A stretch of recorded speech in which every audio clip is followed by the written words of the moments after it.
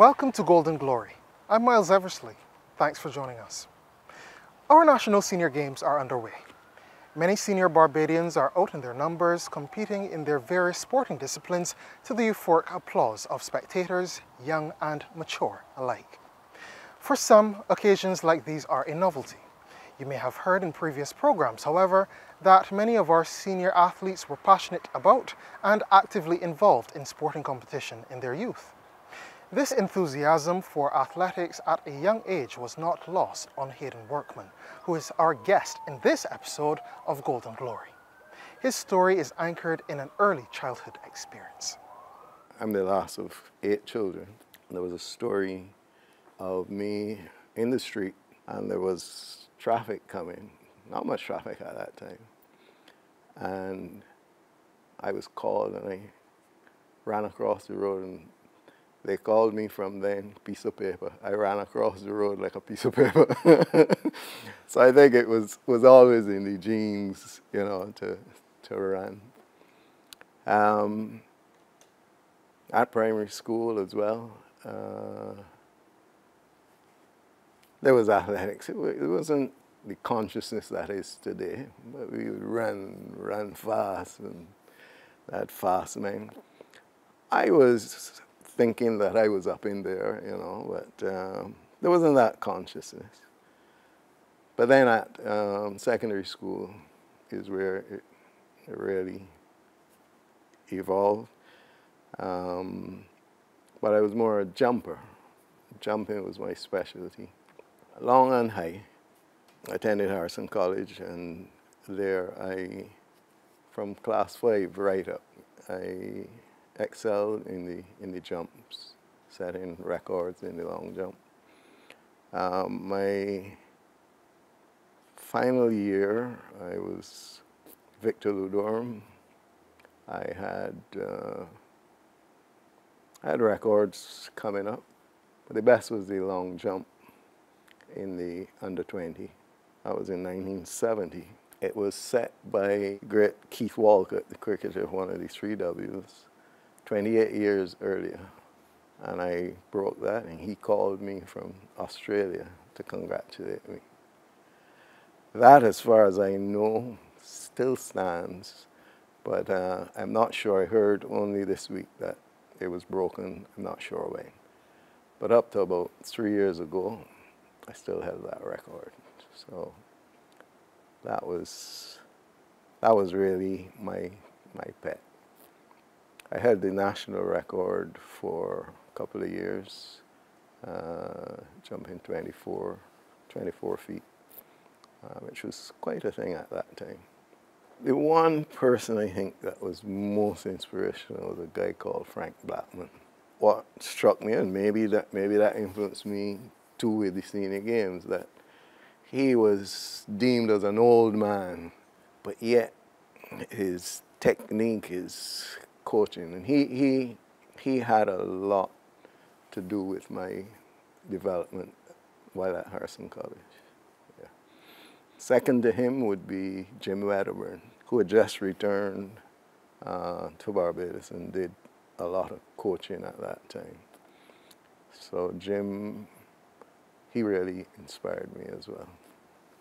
I then moved to Trinidad at UWI, St. Augustine, and excelled quite well there. I think my highlight at that time, they used to have Southern Games. These were put on by Texaco, and it was a big international meet. They invited competitors from the United States and across the world. And that was my best time, I think. I did the high jump and the long jump and triple jump. And my long jump, I came 4th. I didn't medal, but all the other places were out of the United States. So I felt good about that performance. So yeah, that was a terrific time. I think that was the fittest I ever was in my life, I think. So the thing was aspirations to go, you know, further to Olympic level and stuff. And I do believe that I had the ability, but the step was to go to CSE games to qualify. And that year I was training with the same Frank Blackman, and I just come back from university, and I really felt up there, and I was sprinting really nicely, and I noticed that people that I looked up to, I was alongside them, and I saying, what's happening? But there's something called pride that gets better than ego. And while doing some run-throughs with a 200, trying, I think it was the same Barney Lynch now, who is AAB's president, in trying to reach him, I pulled a muscle 3 days before the trials. I didn't make the trials, and I then ended my track career. I did compete, but I came then third in the long jump. And so I didn't make the team, and that really put me off. I was really disappointed, and I hung up my spikes then. What a pity. Happily, he did not hang up his spikes permanently. Encouraged by his peers, he eventually competed in our National Senior Games in 2009. How did this take place, Hayden? I had a work colleague, Dennis Thornhill. He's actually, you know, the coach of this club, BAMSAT. And Dennis, for 3 years, would be saying, Hayden, come, I believe you could do well. So I just couldn't see myself. As I said, I had broken my ankle in 2000, and this was around 2007, 2008. Senior games were kicking. I think they started in 2005, and he was very active in it. I never paid much attention to it, but I just knew that there's no way that I could, after 30 years of doing nothing, come back to that. He finally got me. He said, just come. And I went down to a training session. And my focus was just about trying to get fit and stay fit. So I started to work out. The first week, he really had to drag me back because I was about to quit again, you know. But I pressed on, and I really discovered that the training helped you to feel better. And it was good also meeting with other guys. It was a good relief from the stress of work and family and all of that. So I continued, and in 2009, I made the decision I would compete in 2009 games. So we trained 3 days a week. I started to see some improvement and started to feel like I could possibly be an athlete again. So that was 2009, and then I did actually compete that year. What had me really was fear. It was a lot of fear, I guess, embarrassment, and then fear with your physical being. I'm now 59, and I'm saying, what is this that you're going to do? So that year I ran the 50 meters and the 100. I couldn't conceive. A 200 was like a marathon. So I just did that. He cannot wait for it to start. Maybe he should go from a... This guy cannot wait. I tell you. They're a bit settled now. And there they go. And it's Stricker with a big rush. He's going to beat him this time. Yes, he's made it. Stricker just ahead of Glendon Workman.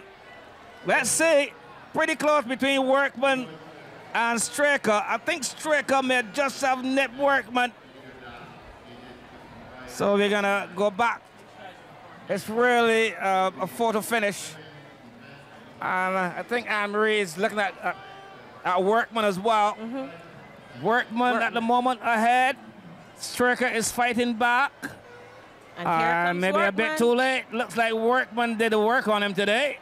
Step by step, total fear, total fear.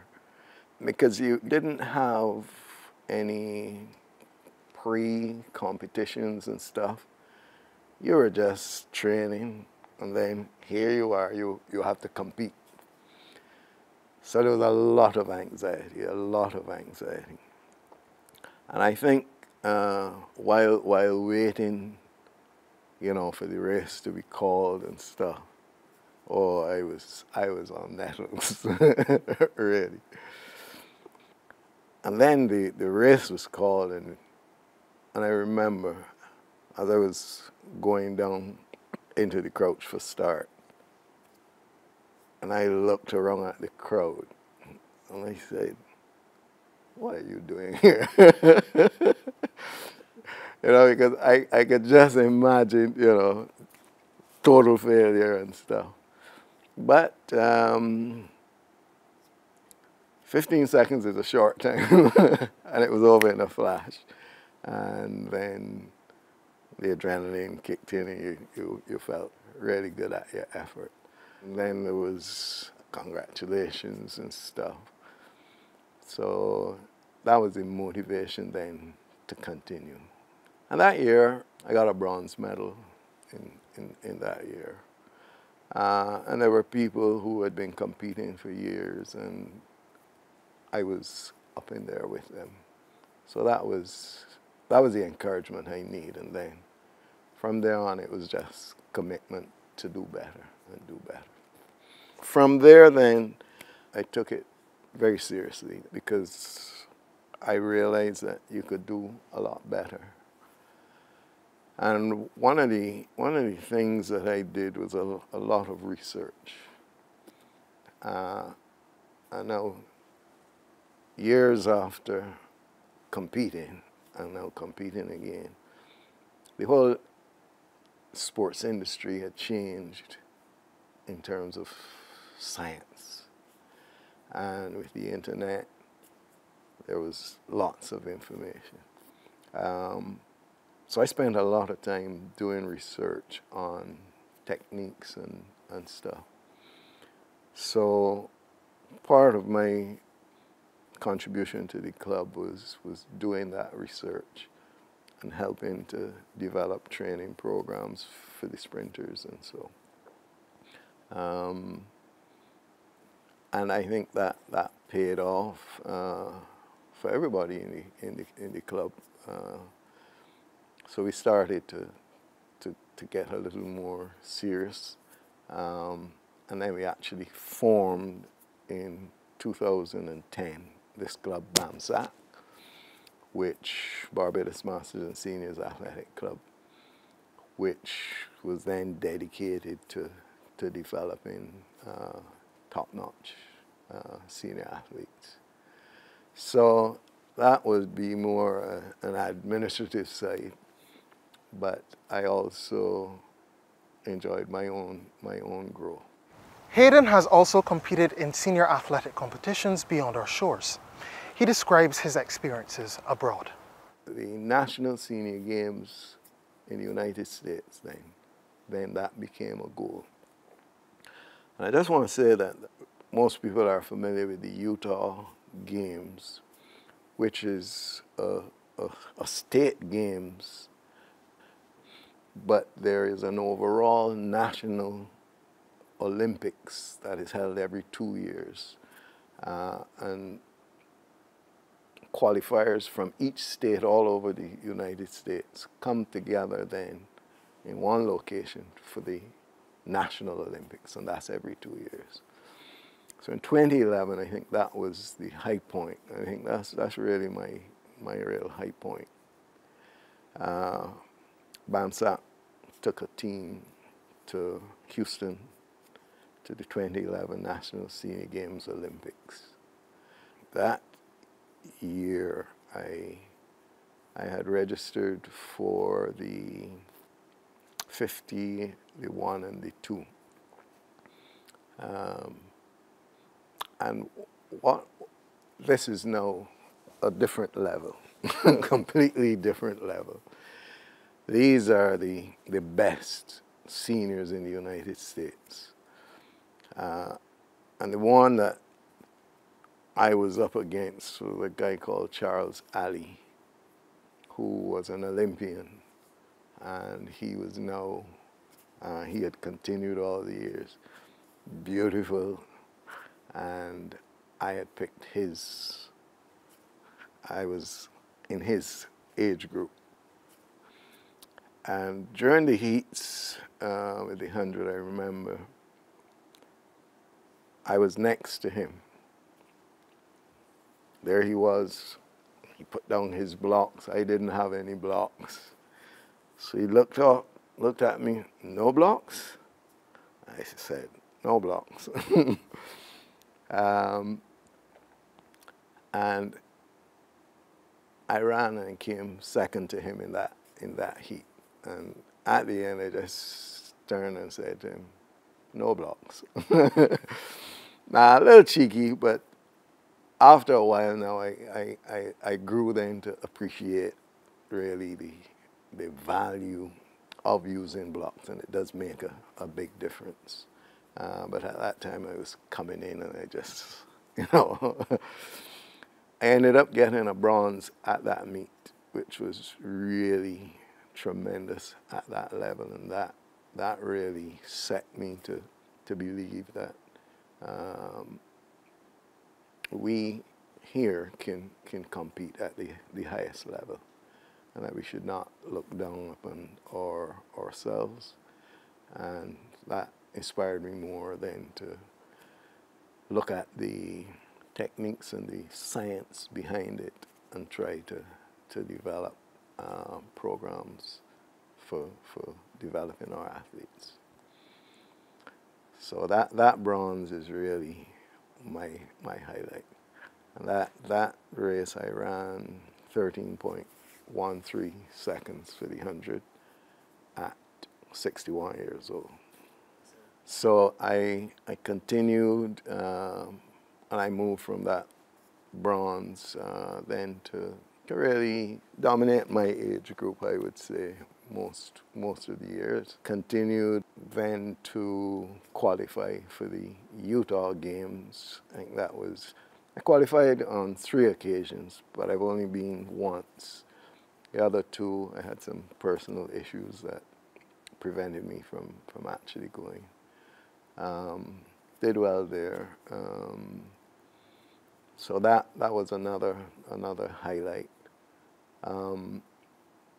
But then in 2019 was, by then I had graduated to do all the sprints, 50, 100, 200, 400. And I think that year I won all 4 set records, and I was the athlete of the year for that year. And then came COVID. I have not competed since COVID.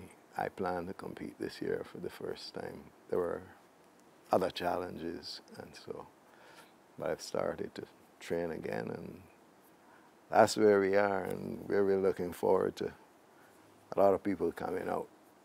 It is the first time since the COVID-19 pandemic that many of our athletes will be competing in our National Senior Games. We will be there to cheer them on. Hayden shares some of the lessons he has learned from his training, competitions, and living the active lifestyle. Well, I think a lot of people miss the real value. And as I said, most people, it's not for me now about the medals. I think the medal is the fact that this evening I will be, at 73 years old, I'll be on the track and be able to do things that most 73-year-old people don't do and would not put themselves in the position to do. And then the impact of that is the whole health issue. I was able, with the help of a dietitian and the exercise, to reverse my diabetes. I was pre-diabetic and just about to go over. My doctor said, you can either fix this or I can put you on medication. So I fixed it. These senior games are just a part of inspiring people, really, to take the whole and make better. Physical, your health, and your spiritual. And we have, for me, a little philosophical conflict. And that's in relation to where the senior games are and its original intent, which is to come and have fun. What I think happened over the years is, as people had that fun and people saw the potential of the serious side of it, it gravitated to that. So people took it seriously. So there's a fun part, although there's fun in the seriousness. So I believe that it's important to have that fun, but we need both. So we have two sets of people, and I really think that we're located now in the Ministry of People Empowerment for seniors.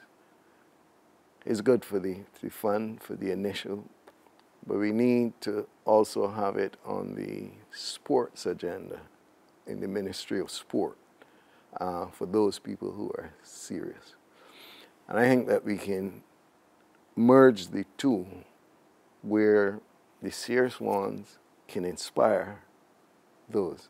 So we need to come out and have fun and then discover, like I did, hey, this fun thing you can do a lot more. But the ultimate thing then is really your well-being, the total well-being. It's an important part of our landscape. So the real challenge is to have fun, but the part I don't like is you don't want to be laughing at people. So sometimes we are not so nice, and we like to laugh at people who may fall, and so it's how to balance all of that. Surely the successful hosting of this year's Senior Games has proved that this balance can be achieved. Thank you, Hayden. This has been Golden Glory. I'm Miles Eversley. Thanks for your time.